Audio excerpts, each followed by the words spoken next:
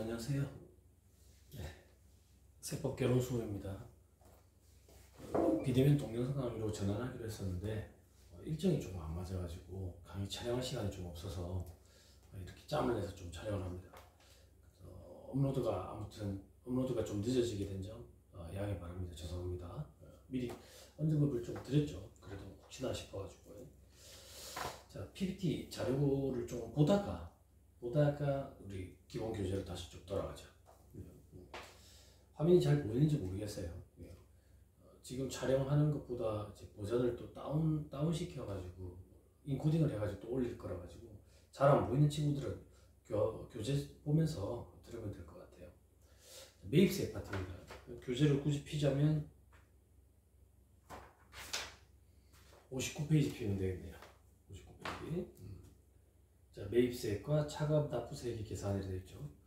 지금 촬영하고 있는 이 동영상, 비대면 동영상 강의는 부가가치세법 마지막 시간입니다.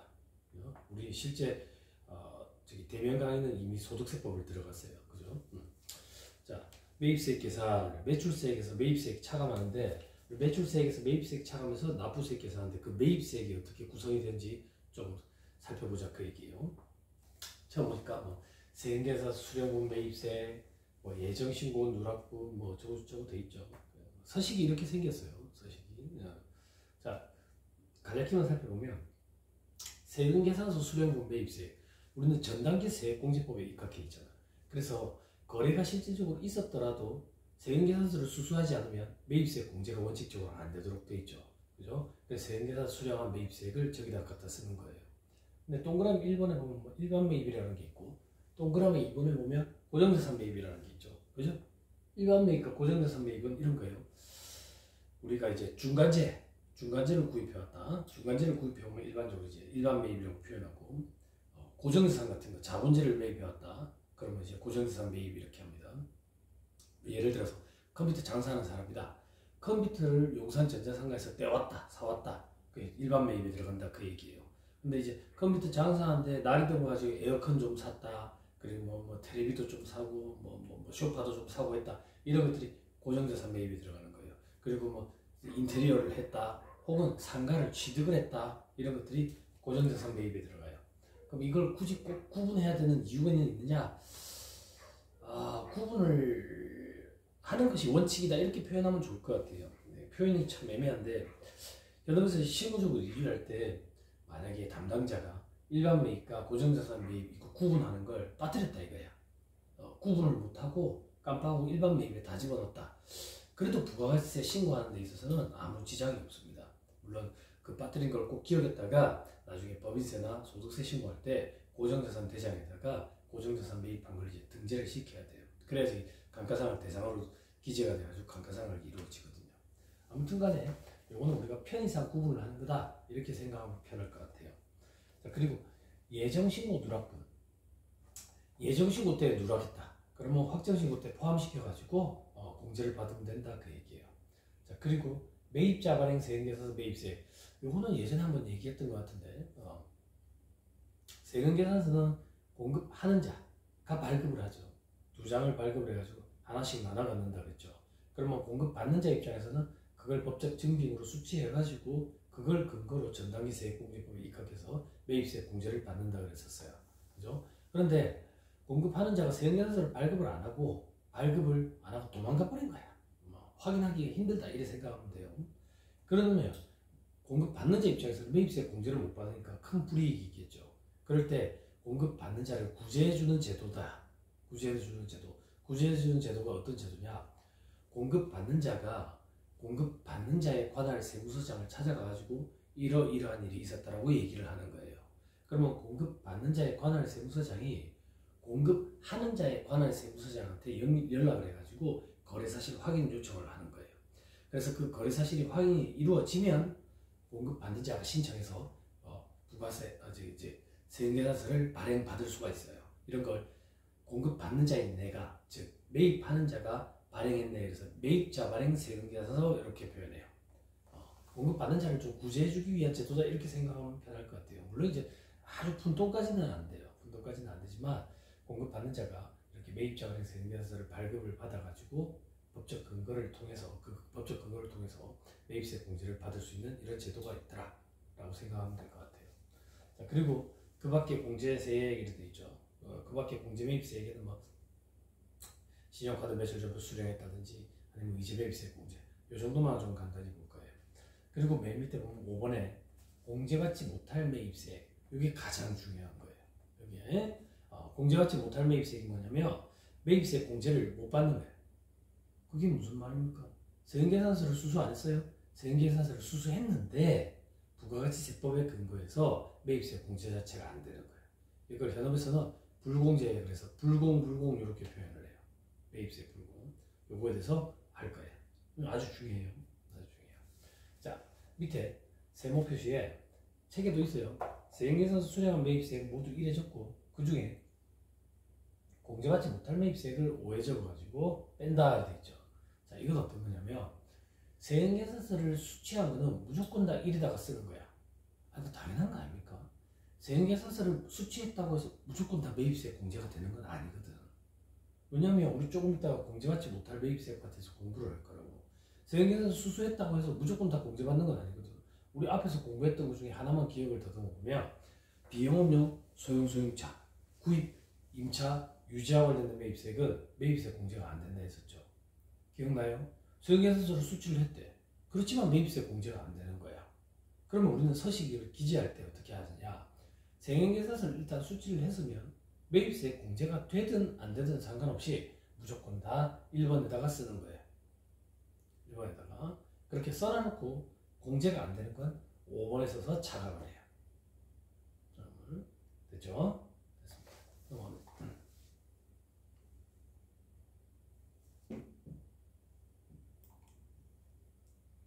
자, 이제 매입세.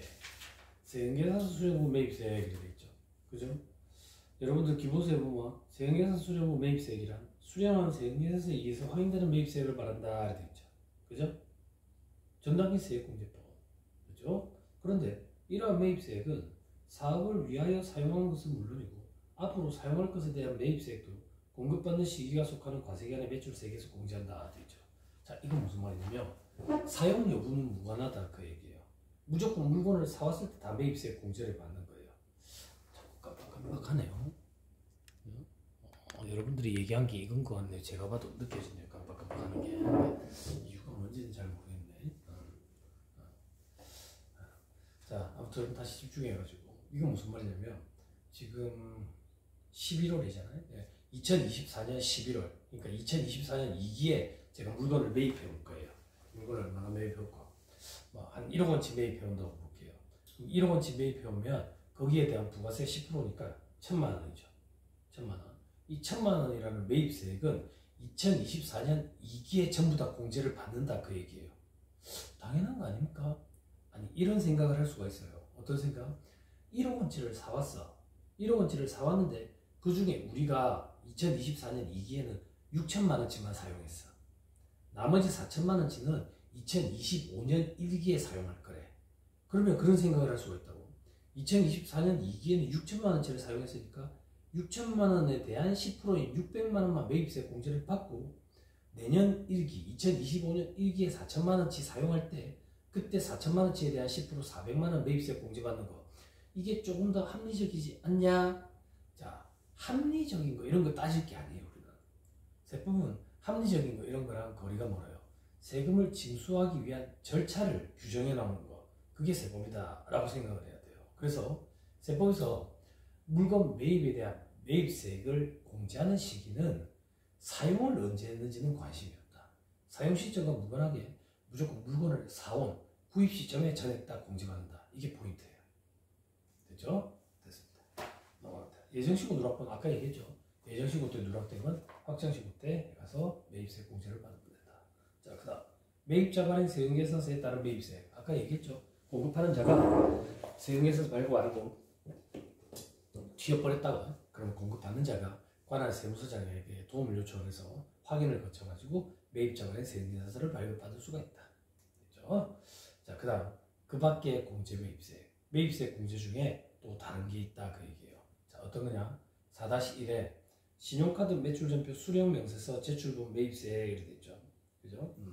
그러니까 신용카드 매출 전표도 수령분 매입세액이라고 표현하거든. 자, 우리 앞에서 영수증에 대해서 공부했어요. 영수증. 영수증은 뭘 영수증이라 하더라? 거래 상대방이 누군지 기재되지 않고 부가가치세가 별도로 구분 기재되지 않는 걸, 이런 걸 우리는 영수증이라고 한다 그랬었어요. 그죠? 기억나죠? 그래서 부가가치세가 별도로 구분 기재되지 않고 거래 상대방이 누군지 기재가 안 되기 때문에 이런 영수증은 누가 발급하느냐? 주로 최종 소비자를 대상으로 하는 사람들. 그러니까 최종 소비자한테는 세액내세서를 발급해줘봐야 이 사람들이 어디 갖다 쓸 일이 없잖아. 그죠? 쓸 일이 없기 때문에 주로 최종 소비자를 대상으로 하는 소매업자들, 이런 사람들이 영수증 발급 대상이지. 근데 영수증 발급 대상에 해당하더라도 신용카드 매출 전표도 단말기를 통해서 발급을 할 때 부가가치세를 별도로 구분 기재하도록 돼 있거든. 그럼 부가세를 별도로 구분 기재된 신용카드 매출 전표를 수령하는 사람 입장에서는 그걸 세금계산서처럼 법적 증빙으로 활용을 해서 매입세 공제를 받을 수 있다. 그게 이 규정이에요. 신용카드 매출 전표도 수령분 매입세. 그런데 우리 책에는 뭐라고 되어 있냐면 신용카드 매출 전표도 수령명세서 제출분 매입세액이라고 되어 있죠. 수령명세서 제출분 매입세액, 이건 어떤 거냐면 우리가 물건을 공급하는 자가 공급받는 자에게 세금계산서를 2장을 작성해서 하나씩 나눠 붙이면 그걸 법적 근거로 해서 매출세액을 내고 받는 자는 매입세 공제를 받는데, 그 근거인 세금계산서를 국세청에 보내는 게 아니라 했어요. 그걸 국세청에 보내면 국세청 포괄한다고, 너무 많아가지고 양이. 그래서 그걸 한 장의 표에 일목요연하게 정리된 표, 그걸 합계표라고 표현한다 그랬죠. 그래서 공급하는 자 입장에서는 매출처별 세금계산서 합계표, 공급받는 자 입장에서는 매입처별 세금계산서 합계표라는 걸 작성, 제출을 하는 거죠.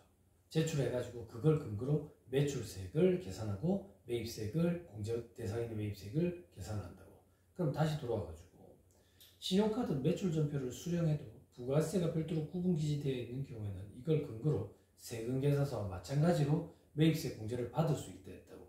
그럼 이게 법적 근거가 되네. 법적 근거가 되는 신용카드 매출 전표를 국세청에 보내면 또 국세청이 폭발할 거라고, 양이 많아가지고. 그래서 신용카드 매출 전표 등을 한 장의 표에 일목요연하게 정리된 그 표를 제출하는데 그 표의 이름이 수령명세서, 신용카드 매출 전표 등 수령명세서. 그걸 제출하면 그걸 근거로 매입세 공제를 받을 수 있다, 그 얘기예요. 그럼 여기서 말하는 신용카드 등은 도대체 뭔데? 신용카드 등은 신용카드 매출 전표, 그리고 직불카드 영수증, 그 현금 영수증, 선불카드 영수증, 뭐 이런 것들 다 들어가는 거예요. 김영식 선불카드 영수증, 뭐 전자식 화폐 결제 수단, 뭐 이런 것들도 들어가요. 됐죠? 다만 요건이 있어요. 요건을 갖춰야 된다. 자, 첫 번째 요건이 뭐냐? 사업자로부터 재화용료를 공급받아야 돼. 당연하지. 사업자가 재화용료를 공급해야지 세금계산서 발급 의무가 있지. 그지? 그럼 근데 세금계산서를 대신하는 신용카드 매출 전표를 발급해 줄 거니까 사업자가 발급하는 거 해야지. 사업자가 재화용료를 공급하는 거 해야지. 그죠?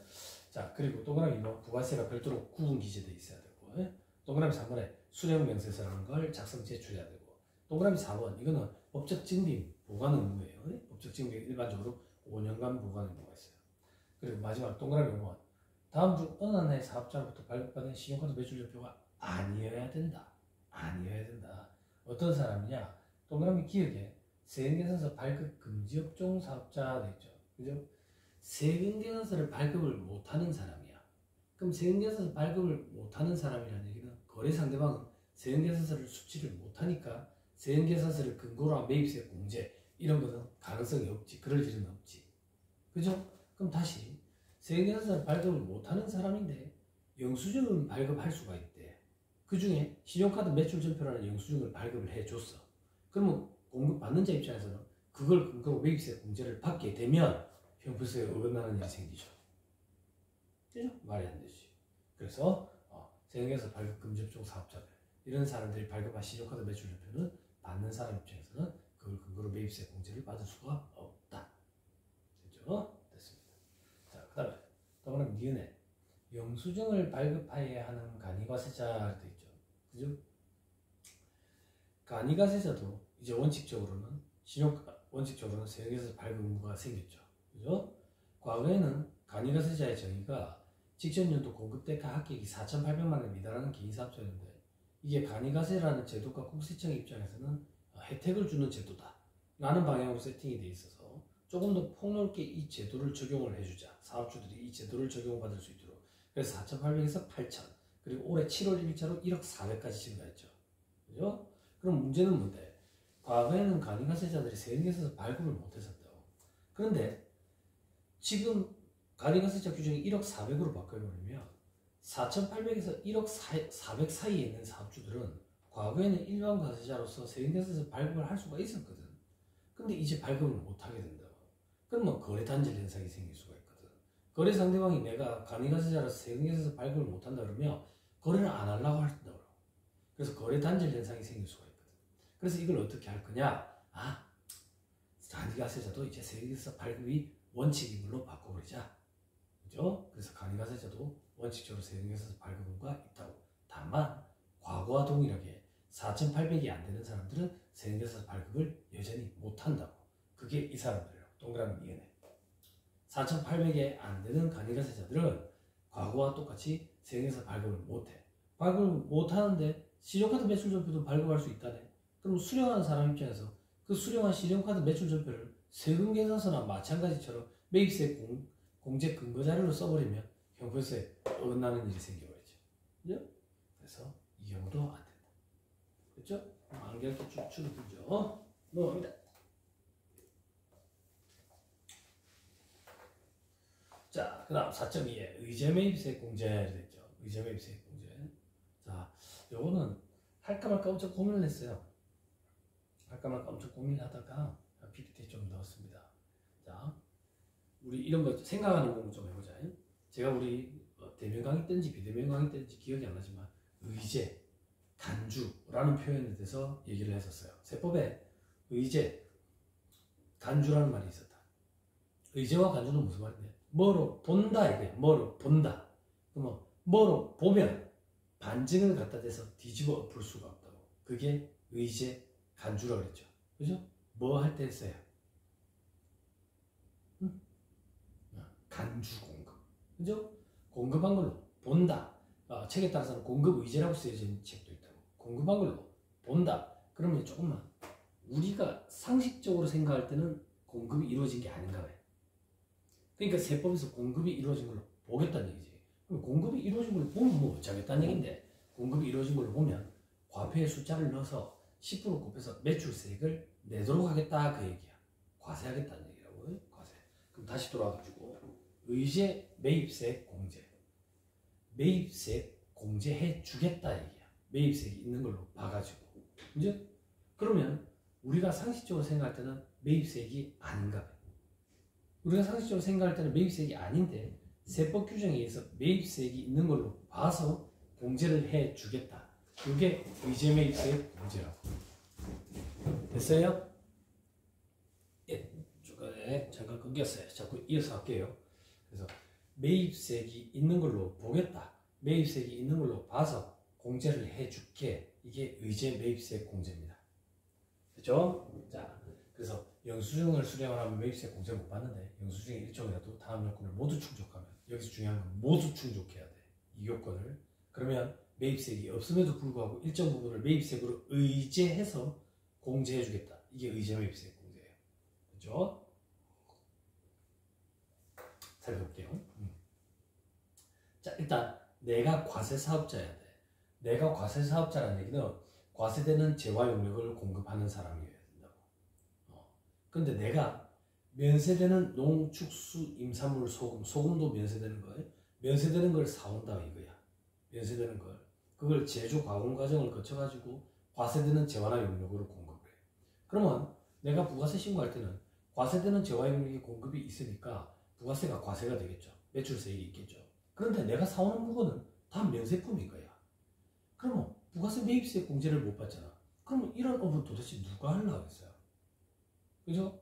그래서 물건을 사올 때 매입세액이 없어. 면세되는 물품을 사서 매입세액이 없음에도 불구하고 일정 부분 매입세액이 있는 걸로 의제를 해서 매입세액 공제를 해줄게. 이게 의제 매입세액 공제예요.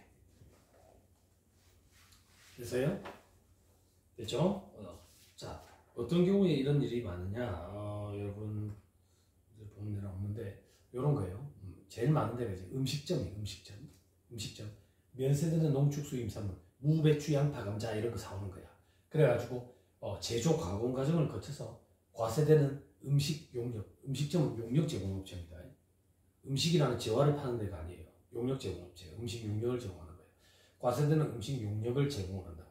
그러면 무, 배추, 양파, 감자 사오면서 면세품 사오니까 매입세액이 없잖아요. 없음에도 불구하고 일정 부분을 매입세액으로 의제 해가지고 공제해줄게. 이게 의제 매입세액 공제. 됐죠? 또 어떤 사람들이 있는데 통조림 제조업자, 복숭아 통조림, 포도 통조림 이런 거를 면세되는 물품을 사다가 통조림이라는 과세되는 재화로 제조 가공해서 판매한다.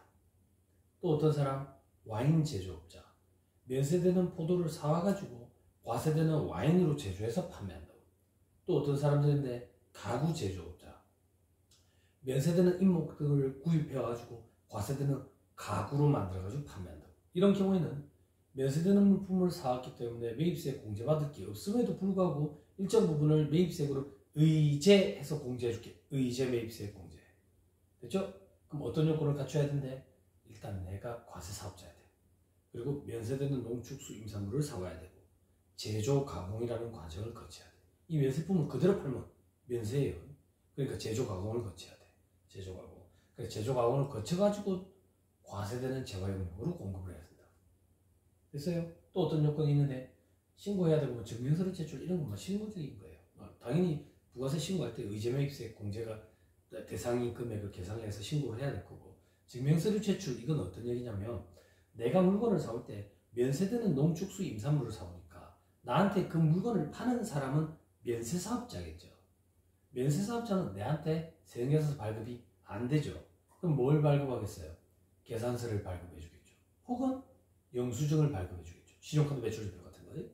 그럼 나는 그 계산서 발급받은 걸 의제매입세 공제 대상으로 법적 증빙으로 보관을 하고 그걸 국세청에다가 보내면 양이 많아서 폭발하니까 이걸 한 장의 표에 일목요연하게 정리된 표, 그 표를 증명서류로 제출하거든. 그 표 이름이 뭔데? 계산서 합계표. 세금계산서 합계표에서 세금이라는 말만 떼서 계산서 합계표. 그리고 또 아까 신용카드 매출조표 수령명세서 그런 거 제출하는 거예요. 안 어렵죠? 됐습니다. 자, 그러면 의제매입세 공제는 어떻게 해주는데 둘 중에 작은 거다 되죠. 둘 중에 작은 거다. 한도가 있어요. 한도가. 과거라면 몇 년이라고 얘기하더라. 한 10년도 더 됐나 보네. 그때는 의제매입세 공제에 한도 규정이 없었어요. 한도 규정이 없었는데 이 규정을 악용을 해가지고 악용하는 사람들이 좀 있었어요. 농축수 임산물 이런 거, 농수산물 도매 시장 이런 데서 거래를 타가지고 계산서 같은 거, 면세 매입권 이런 거를 1,000만 원치 사놓고 1억 원치 산 것처럼 공을 한 개씩 더 붙이고 막 좀 너무 과하게 이렇게 했던 거지. 그래서 한도 규정이 생겨버렸어요. 한도 규정까지 우리 살펴보지는 않을 거고요. 그냥 면세 농산물 공제 대상 매입가액에 공제율이라는 걸 곱한다더라. 한도도 있긴 한데 한도까지는 안 볼 거고 그냥 공제율이라는 걸 곱해가지고 일정 부분을 매입세액으로 의제해서 공제해줄게. 이게 의제 매입세액 공제.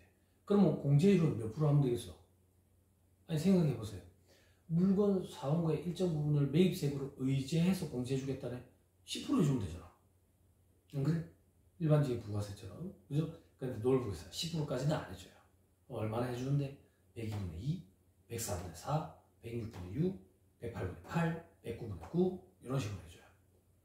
여기 10%가 채 안 됩니다. 계산을 해보면. 그리고 102분의 2보다 109분의 9가 숫자가 조금 더 큰 거예요. 그거 조금만 살펴볼게요. 그러면 교재를 한번 살펴보세요. 교재에 있는 분만 찾아보고요. 살펴보고요. 방금 얘기했던 102분의 2, 106분의 6, 104분의 4, 108분의 8, 109분의 9 이런 것들이 있다더라. 됐죠? 됐습니다. 한도 규정도 있는데 한도까지는 보지 말죠. 넘어가면 자 이제 공제받지 못할 매입세 이렇게 돼 있죠. 공제받지 못할 매입세 이게 굉장히 중요하다고 그랬어요. 이런 걸 우리 현업에서는 불공제, 매입세 불공제, 매입세 불공제 이렇게 표현한다. 그렇죠? 자, 공제가치 모델 매입세액 64페이지라고 되어 있네요. 그죠? 자, 첫 번째, 매입처별 세액계산서 합계표의 미제출 또는 부실기재분. 잘 봐. 우리는 전단계 세액공제법에 입각해 있기 때문에 세금계산서에 의해서 확인이 되는 매입세액만 공제를 해주거든. 그럼 세금계산서를 우리는 5년간 보관 의무를 갖고 보관을 하고 세금계산서를 일복 요연한 한 장의 표에 정리된 그 표를 제출한다 했거든. 그 표의 이름이 매입처별 세금계산서 합계표라고. 그러면 그걸 근거로 세무서에서는 매입세 공제가 제대로 이루어졌는지 확인할 텐데 그걸 제출을 안 한다네. 그걸 제출 안 하면 매입세 공제가 되겠어요? 당연히 안 되죠. 혹은 부실기재 때 이 부실기재 간단한 예를 들면 사업자 등록번호가 없는 거야. 잘못 적힌 거야. 이런 것들은 매입세 공제가 안 돼요. 됐죠? 됐어요. 자, 그 다음 반가로 이거 세금계산서 미수령 또는 부실기재분 이렇게 있죠. 그죠? 세금계산서 수치를 안 한 거야. 세금계산서 수치를 안 했다고. 세금계산서 수치 안 한 거. 어떻게, 이거 뭐 근거 없지. 그리고 부실기재. 세금계산서에 우리 필요적 기재사항이 있었죠. 그죠? 공급하는 자의 등록번호, 성명명칭. 공급받는 자는 등록번호만. 그죠? 그리고 작성연월일. 그리고 공급가액과 부가가치세. 요게 필요적 기재사항. 요게 기재가 안 돼 있으면 원칙적으로 그 세금계산서는 효력이 없다 그랬어요. 그 효력이 없는 세금계산서를 받았대. 그걸 근거로 매입세 공제 못 받는다 그 얘기예요. 됐죠? 됐습니다. 자, 그 다음 반가로 3번 사업과 직접 관련 없는 매입세. 요거는 얘기를 한번 한 적이 있는지 모르겠어요. 사업과 직접 관련 없는 매입세 실제 사례입니다. 제가 예전에 이제 관리하던 업체였는데 디자인을 하는 업체예요. 컴퓨터 몇 대 나눠놓고 이제 그래픽 디자인 이런 걸 하는 업체인데 여기 이제 업체 사장님이 전화가 온 거예요. 전화가 가지고 세무사님 이번에 키보드를 300만 원짜리를 하나 살 건데 매입세 공제가 됩니까? 예, 됩니다. 근데 무슨 키보드가 그리 비쌉니까? 라고 물어봤더니 그 키보드가 컴퓨터 키보드가 아니라 전자오르간인 거예요. 전자오르간. 피아노 키보드. 그건 사업과 관련이 없어요. 매입세 공제가 안 되죠. 그죠? 예, 그런 것들이 사업과 직접 관련 없는 매입세. 또 어떤 것들이 있는데 현업에서 많이 벌어지는 일들이에요. 전화가 와가지고 세무사님 이번에 쇼파를 하나 살 건데 부가세 이 매입세 공제가 됩니까? 되지요. 그런데 쇼파가 어디 있는지 봤더니 자기 집에 있거든. 이건 사업장에 쓰는 게 아니라고. 사업과 직접 관련 없는 지출에 대한 매입세라고. 이런 것들은 매입세 공제가 안 됩니다. 부가세 공제 안 돼요. 됐죠? 자, 그 다음 반가운 4번 비영업용 소형 승용차 구입, 임차, 유지와 관련된 매입세. 비영업용 소형 승용차 규정 기억나요? 그죠? 비영업용 소형 승용차는 개별 소비세법상 과세 대상 자동차에 해당. 그죠? 개별 소비세법상 과세 대상 자동차의 범위는 정원 8인 이하의 성능 자동차. 다만 배기량이 1000cc 이내인 것으로서 길이 3.6, 폭 1.6 이내인 것은 제외. 경차는 제외. 그리고 차만 들어가는 게 아니라 오토바이도 포함되고 트레일러도 포함되고 캠핑용 트레일러 이런 거예요. 그리고 전기차도 포함되고 전기 이륜차도 포함된다고. 됐죠? 아무튼 이런 비영업용 소형 승용차. 비영업용은 무슨 말인데 영업용이 아닌 거. 그럼 영업용은 뭔데? 택시 회사예요. 택시 렌터카 회사. 렌터카 장의차, 문구용 승용차, 그리고 운전학원에 그 실습용 차량, 그리고 캡스나 세콤 이런 출동 경비업체 출동 차량, 그리고 자율주행 자동차로 테스트용 차량 이런 걸 제외하면 전부 다 비영업용이야. 이런 것들만 영업용이거든.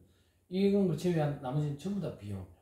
비영업용 소형승차에 구입하면서 부가세, 임차, 리스나 렌트하면서 부가세, 유지, 기름값 부가세, 혹은 수리비 부가세 이런 것들은 매입세 공제가 안 된다 그 얘기예요. 근데 앞에서 우리 간주 공급할 때 매입세 공제를 받아놔놓고 그런 쪽으로 사용해버리면 애초에 공제받으면 안 되는 매입세를 받았기 때문에 그 시점에 공급으로 의제, 간주해서 추징했었죠. 기억나죠? 됐습니다. 그 정도 보고 반가로 부분에 기업 업무 추진비 관련 매입세액 되어 있는데 40분 단위로 끊겠습니다. 잠깐 끊었다가 다시 하죠.